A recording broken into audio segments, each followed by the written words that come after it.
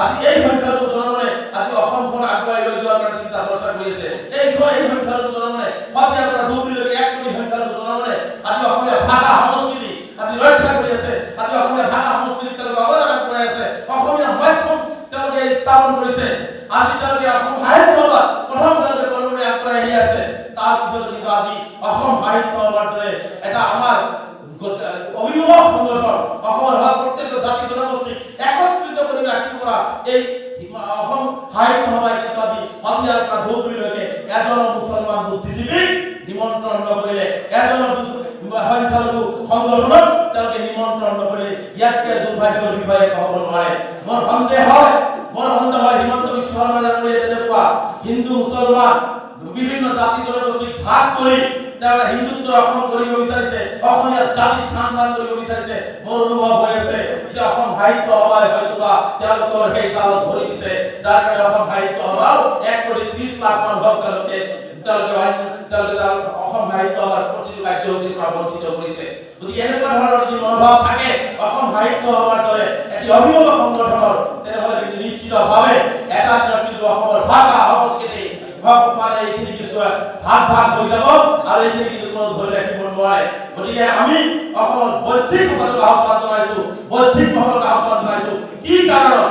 নে দিছপুৰৰ হেঁচা নে নাগপুৰৰ হেঁচা অসমৰ 1,30,00,000 সংখ্যালঘু অসম সাহিত্য সভাৰ সংগঠনৰ এজন বুদ্ধিজীৱীক তেওঁলোকে নিমন্ত্ৰণ কৰি অসম সাহিত্য সভাৰ অসমৰ সংখ্যালঘুসকল অবিচ্ছেদ্য অংগ এই কথাটো তেওঁলোকে অন্যায় কৰিলে।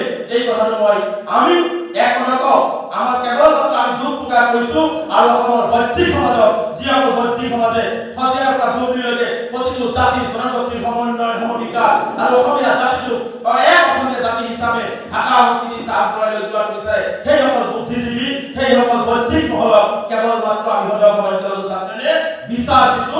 এই বিচাৰ সময়ত তেওঁলোকে নিশ্চিতভাৱে অসমৰ সংখ্যালঘু ৰাইজৰ আগত জবাব দিব লাগিব, তাৰ কাৰণে তেওঁলোকক আহ্বান জনাইছো।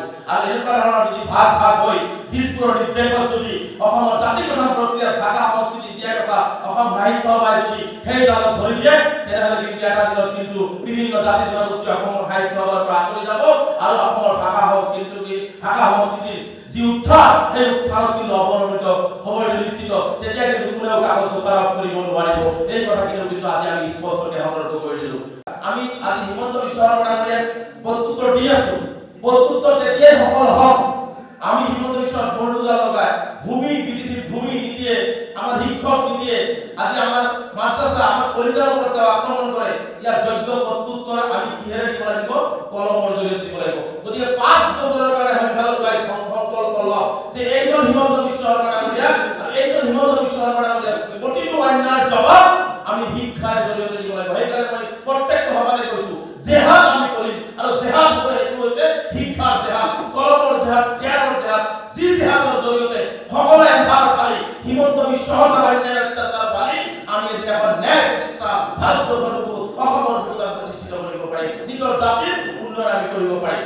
গতিকে আজি বড় ভাইসকলক আমি ধন্যবাদ দিব লাগিব। তেওঁলোকে আজি বিটিচি বিটিআৰ তাৰপিছত আগতো পাইছে আৰু তেওঁলোকে আমন্ত্ৰণ বিৰুদ্ধে কিবা নাপাব তাৰ মানে কৰিব নোৱাৰে। আপোনালোকে কিয় পাইছে? তেওঁলোকৰ আন্দোলন আছিল ঐক্যবদ্ধ, তেওঁলোকৰ একতা আছিলে, তেওঁলোকে যুঁজিব পাৰিছে, যুঁজাৰ মন আছিলে। গতিকে মই সংখ্যালঘু ৰাইজক আহ্বান জনাইছো যে আমি 33% মানুহ নিজৰ সাংবিধানিক দিয়া অধিকাৰৰ কাৰণে যুঁজাৰু মন আমি ল'ব লাগিব। আৰু এই যুঁজাৰু মন শিক্ষাৰ ক্ষেত্ৰতে হওক আমি অন্যান্য ক্ষেত্ৰত এক যুঁজাৰু মন মানসিকতা নিজৰ মাজতে তৈয়াৰ কৰি লৈ আমাৰ জাতিটোক আমি উদ্ধাৰ কৰিব লাগিব। কোনেও আমাক ভাত খুৱাই নিদিয়ে, আমাক অৰুণোদয় আঁচনি নালাগে, আমাক এটা আয়োগ ঘৰ নালাগে, আমাক সৰু সুৰা আঁচনি নালাগে। এইবিলাকে আমাক পংগু কৰি আছে। আমাক লাগে আমাৰ ল'ৰা ছোৱালী শিক্ষিত হ'ব পৰাকে এখন ইউনিভাৰ্চিটি, আমাক লাগে পদাৱলীত আমাৰ সংখ্যালঘু কমন কলেজ, আমাক লাগে ৰাস্তা ঘাট, আমাক লাগে বিদ্যুৎ, আমাক লাগে কৃষকৰ উন্নয়ন, আমাক লাগে ভূমিৰ অধিকাৰ। এইখিনি দিলে আমি আমাৰ এই অৰুণোদয় আঁচনিৰ টকা নিজে সংগ্ৰহ কৰিব পাৰিম। গতিকে